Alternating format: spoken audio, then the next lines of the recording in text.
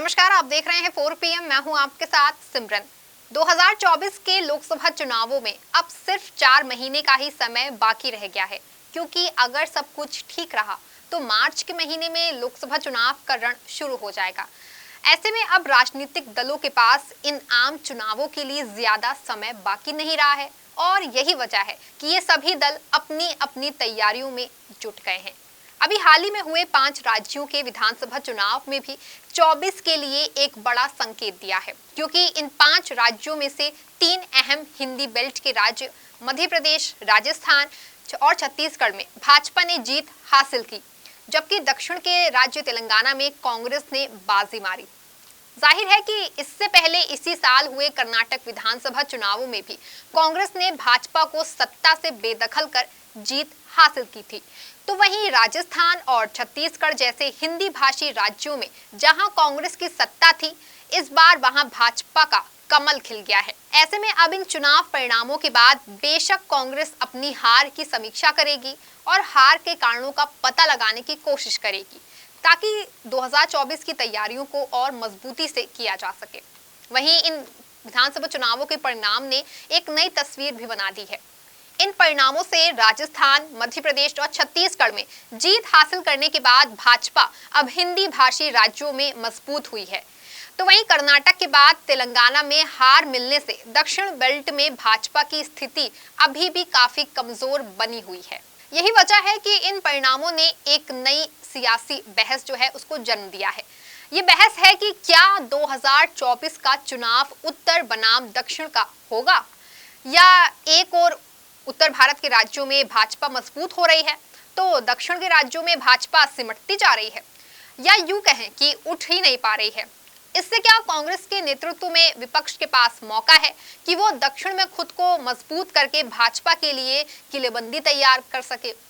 हालांकि ये भी साफ है कि सिर्फ दक्षिण से ही कुछ नहीं होगा, लेकिन अगर विपक्ष दक्षिण में पूरी तरह से किलेबंदी कर ले और उत्तर के कुछ राज्यों में ही भाजपा को फंसा ले, तो इन तीनों राज्यों के परिणामों के बावजूद 2024 का मुकाबला काफी रोचक हो सकता है। इसी के साथ ये बहस सियासी गलियारों में जोर पकड़ने लग गई है।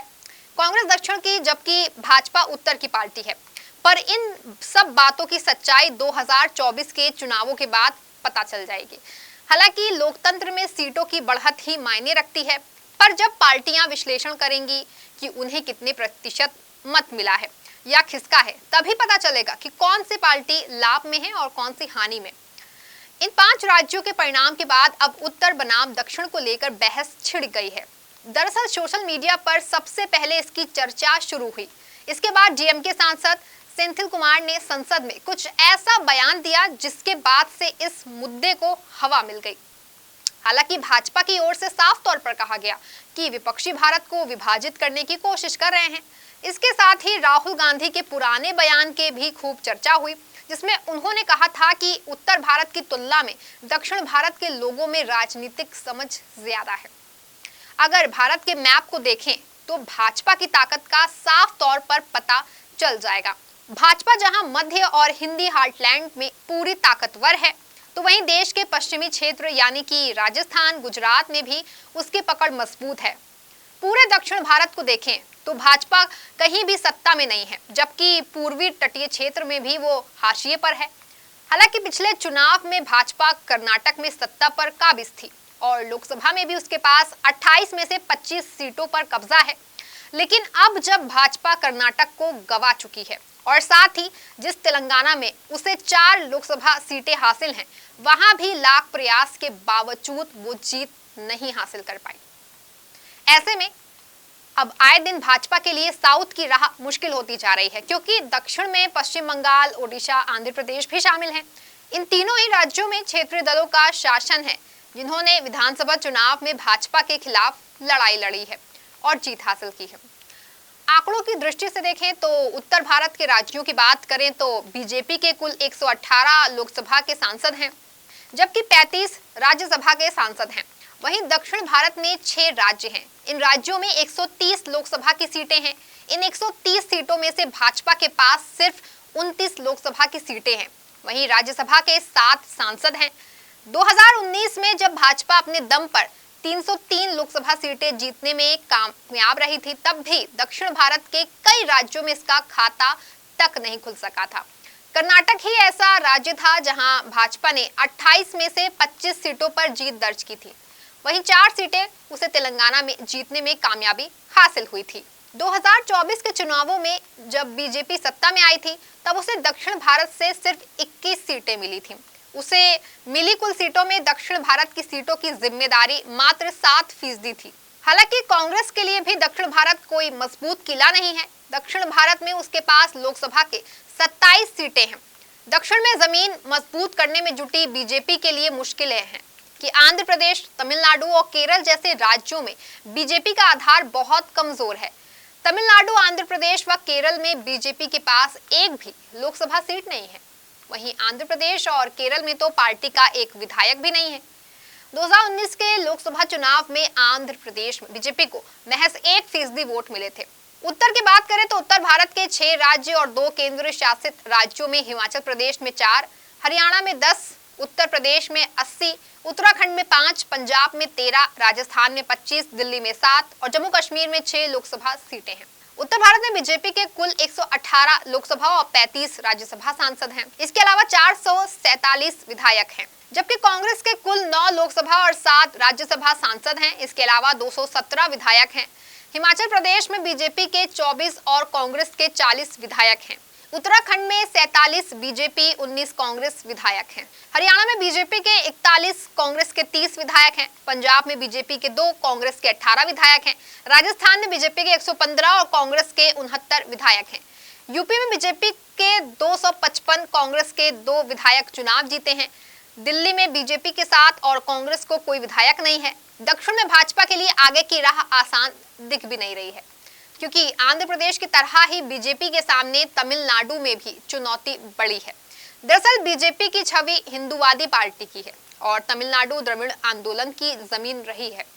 इसके साथ ही बीजेपी के लिए हिंदी पार्टी का टैग ज्यादा मुश्किल पैदा करता है। बीजेपी की आहट को देखते हुए हाल ही के दिनों में डीएमके ने हिंदी के मुद्दे को एक बार फिर से हवा देना शुरू कर दिया, तो वहीं तमिलनाडु में एआईडीएमके ने भी भाजपा से अपना नाता तोड़ लिया। ऐसे में अब तमिलनाडु में भाजपा अकेले पड़ती दिखाई दे रही है। एआईडीएमके के अलग होने से भाजपा और मोदी तमिलनाडु को साधने का जो प्रयास कर रहे थे, उन उम्मीदों को तगड़ा झटका लगा है। वहीं दक्षिण के एक और महत्वपूर्ण राज्य केरल में बीजेपी पूरा जोर लगा रही है, लेकिन उसे सफलता नहीं मिल रही। बीजेपी का यहाँ पर कोई विधायक नहीं है। ऐसा तब है जब उसके मातृ संगठन आरएसएस की यहाँ पर 4500 से ज्यादा शाखाएं लगने का दावा किया जाता है। केरल में भी हिंदूवादी पार्टी होने का तमगा बीजेपी के लिए मुश्किल बन रहा है। राज्य में एक प्रभावी आबादी ईसाई समुदाय की है और बीजेपी की नजर इसी पर है। कर्नाटक और तेलंगाना को छोड़ दिया जाए तो दक्षिण के राज्यों में बीजेपी के पास कोई बड़े कद का नेता नहीं है। बीजेपी को कर्नाटक की तरह ही दूसरे राज्यों में भी सरकार बनाने के लिए येदियुरप्पा की तरह ही करिश्माई नेता की सबसे ज्यादा जरूरत है। यानी साफ है, 24 में भी भाजपा के लिए दक्षिण में मुश्किलें कम होने का नाम नहीं ले रही हैं। यही वजह है कि भाजपा ने उत्तर में अपनी पकड़ को और भी मजबूत करने का प्रयास किया है। बिहार में भारतीय जनता पार्टी अपनी चाल बदलने जा रही है। प्रदेश में जाति की राजनीति का मुद्दा हमेशा से केंद्र में रहा है। राज्य सरकार की ओर से कराए गए जाति आधारित सर्वे के आंकड़े जारी होने के बाद ये मुद्दा और भी तेजी से उठा था। नीतीश सरकार का कहना कि वो जाति आधारित गणना के आधार पर अपनी योजनाएं बनाएंगी ताकि सही वर्ग उसका लाभ उठा सके। वहीं दूसरी ओर विपक्षी दलों ने इसे लेकर नीतीश सरकार पर जमकर निशाना साधा था। इसके आंकड़ों में गड़बड़ी के आरोप भी लगाए गए हैं। अब एक बार फिर ये मुद्दा सियासी बयानबाजी के केंद्र में आ गया है।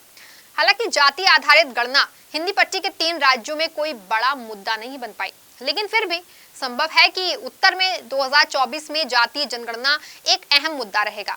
जाहिर है कि उत्तर भारत में तो भाजपा मजबूत नजर आ रही है, लेकिन दक्षिण भारत में भाजपा के लिए मुश्किलें कम होने का नाम नहीं ले रही हैं। ऐसे में अगर कांग्रेस समेत पूरा विपक्ष हिंदी भाषी राज्यों में भी जनता के मुद्दे उठाकर भाजपा को कटघरे में खड़ा कर सके और अपने पक्ष में माहौल बना सके, तो इन 5 राज्यों के नतीजे से इतर 2024 का लोकसभा चुनाव काफी रोचक हो सकता है। इसमें भाजपा के लिए विपक्ष मुश्किलें खड़ी कर सकता है। बाकी ये चुनाव है, ये किस करवट बैठेगा ये तो आने वाला वक्त ही बता पाएगा। फिलहाल इस खबर में बस इतना ही। आप ऐसे ही देखते रहें 4 PM। धन्यवाद।